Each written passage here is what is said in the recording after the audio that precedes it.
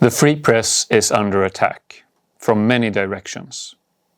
During the last 5 to 10 years, we have seen numerous restrictions in how journalists can work and what they can express in nations like Russia, China, Iran, Turkey, Saudi Arabia, Pakistan, and on and on. From politicians, it often comes under a false pretense of increasing the freedom of speech, a topic as current as ever. But let us look at the big picture. Is the freedom of the press going back globally?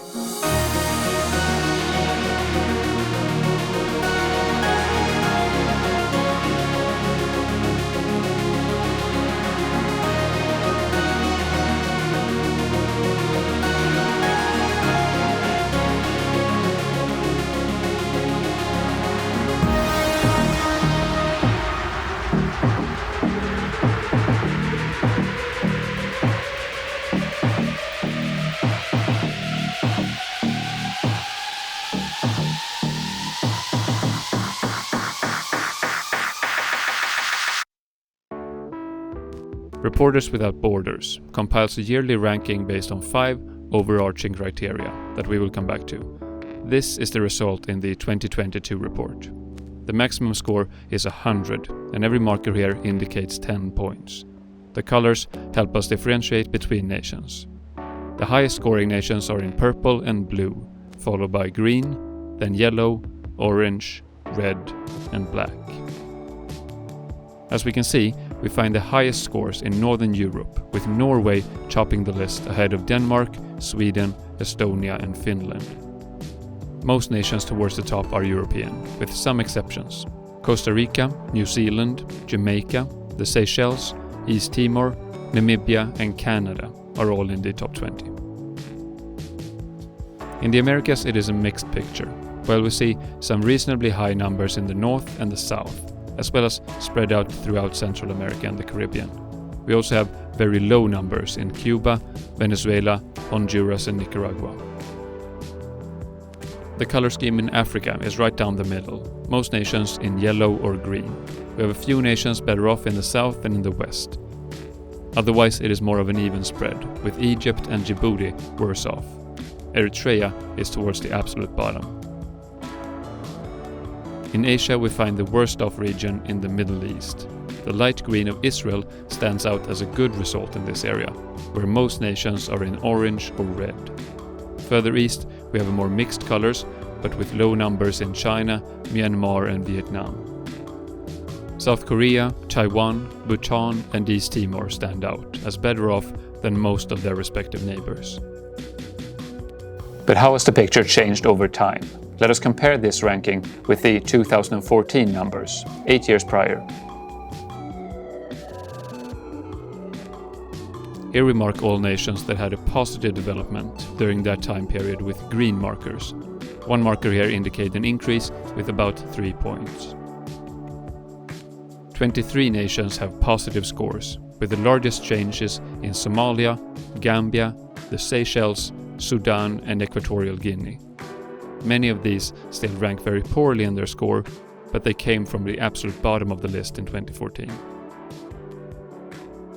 Then we have another 11 nations where the change has been close to zero. We find some nations that already placed high on the list here, like Norway and Ireland, where of course a positive change is difficult to achieve. And then we have 146 nations with a negative development, marked in red. A few nations here have seen small changes from very high scores, like Estonia, Costa Rica, Sweden, and Denmark.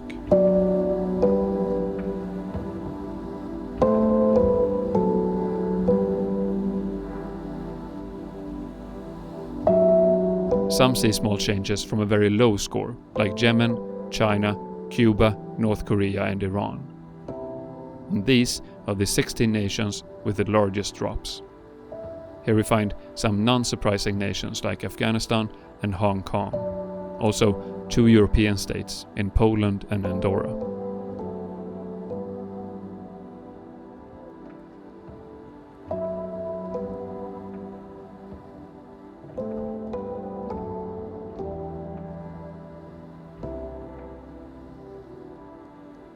So overall, the trend is quite clear. There are some exceptions, many of them very welcome. but overall, globally, the freedom of the press is lower today than 8 years ago. So what has caused this development? Let us first look at the criteria for the scoring. The methodology of the index is based around factors like how autonomous media is from the politics. Is media allowed to hold politicians accountable? Is there censorship in place?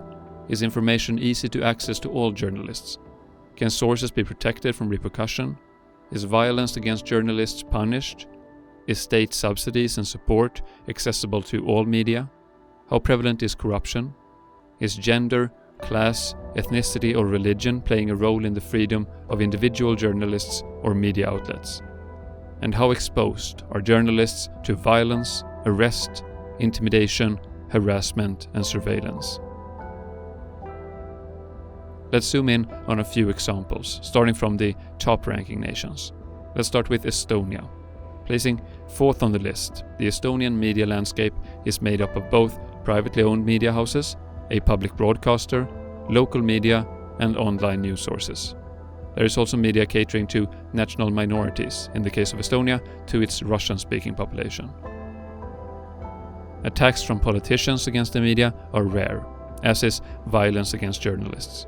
The negative aspects highlighted in the report includes legislation limiting the freedom to access private data, and the risk of journalists being accused of defamation, as well as online attacks against journalists.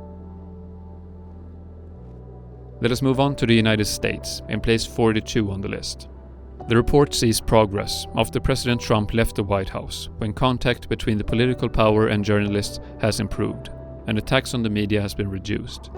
But problems remain in regard to a reduction in local media coverage, polarization of media, economic constraint for especially print media, distrust from the public in how well the media can be trusted, online harassment towards journalists, often on the basis of gender or race, as well as attacks on journalists during protests and the similar. Let us look at the nation with the most negative development during the last 8 years, Nicaragua. From a score of 72, it has dropped to 37 and is in place 160 globally. The report states that a strong repression against the media from President Daniel Ortega means that there are basically no independent media operating in the nation. The few that remain avoid confronting the government. Many journalists have been sentenced to prison for spreading false news. Russia places only a few spots higher and is lacking any free media, since the few that remained had to shut down after the invasion of Ukraine in 2022. Journalists have been sentenced to prison, and the main news outlets consumed by the Russian people, TV, is controlled by the government. China places close to the bottom of the list.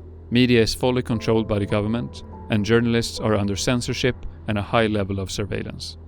Journalists that despite that do not align with the interest of the regime are prosecuted and often sentenced to prison time. Currently, 120 journalists are detained in China. But let us also look at some positive examples. In Gambia, following the end of the reign of Yahya Jammeh, the state monopoly on the media has been dropped, and many privately owned news outlets now exist. While some pressure from politicians on the media exists, it is at a much lower level today than a few years ago. Laws establishing the right to free information has been ratified, and penalizing defamation was ruled unconstitutional by the Supreme Court in 2018. And just across the border from the harsh environment in Nicaragua, we find Costa Rica, that places 8th in the world. Costa Rica has a diverse media landscape, a government that does not interfere with the press, a constitution establishing freedom of speech without censorship, and violence against journalists are extremely rare. So what can we make of this? Overall, there are great problems when it comes to press freedom in the world today. That only 8 nations in the world rank above 85 in the index, down from 25 in 2014, is problematic, and that the vast majority of the world's nations has retracted during that same time period is worrying. In many authoritarian societies, repression against the media, in the instances where media exist at all, is commonplace and will most likely remain. The freedom of press and the freedom of speech for individuals is highly connected to a functioning democracy. But in recent years, political forces in even reasonably functioning democracies have exerted pressure on the media and threatened journalists trying to hold them accountable. A polarizing society, where even overall neutral reporting is seen as biased, is slowly chipping away the public's trust in the free press, and in many instances, politicians have taken advantage of that and accelerated the negative development further. The trends are global, but still some regions stand out. Europe is still clearly the region with the highest level of freedom of the press. Almost half of the nations in the Europe-Central Asian region are labeled as good or satisfactory, and only a few as difficult or very serious. In the Middle East and Northern Africa, no nation ranks higher than problematic, and half are in the worst category of very serious. Personally, I believe that we living in functioning democracies have a responsibility of supporting parties that value a free press, and to not undermine news outlets by spreading rumors of fake news and similar. That way, our nations can keep pushing more authoritarian nations in the right direction, without sounding like complete hypocrites.